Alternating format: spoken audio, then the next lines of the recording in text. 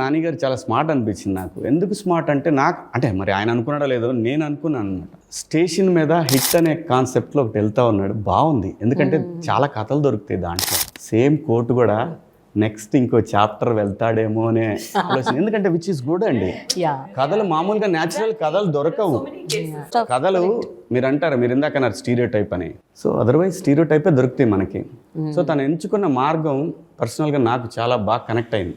ఇది కదా మేకింగ్ చేయాలంటే సినిమాల్లో ఏదో వచ్చేసి సినిమాలు చేసేసి కొంతమంది పేరు కోసం, కొంతమంది ఎమ్మెల్యేలు అవ్వాలనో ఎంపీలు అవ్వాలనో, లేదంటే ఇలా రకరకాల యాంగిల్స్ ఉంటాయి. తప్పేం లేదు, పాపులర్ అవ్వాలనుకుంటే ప్రతి మనిషికి జీవితంలో ఒక ఆశ.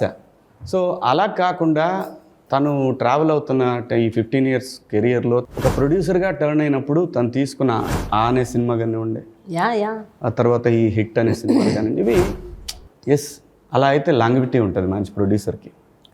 సినిమాలు తీయటానికి కొత్త కొత్త కథలు కొత్తగా ఎంచుకోవాలంటే మన జీవితాల్లో ఉన్న కథలే, మన జీవితాల్లో ఉన్న కేసులే.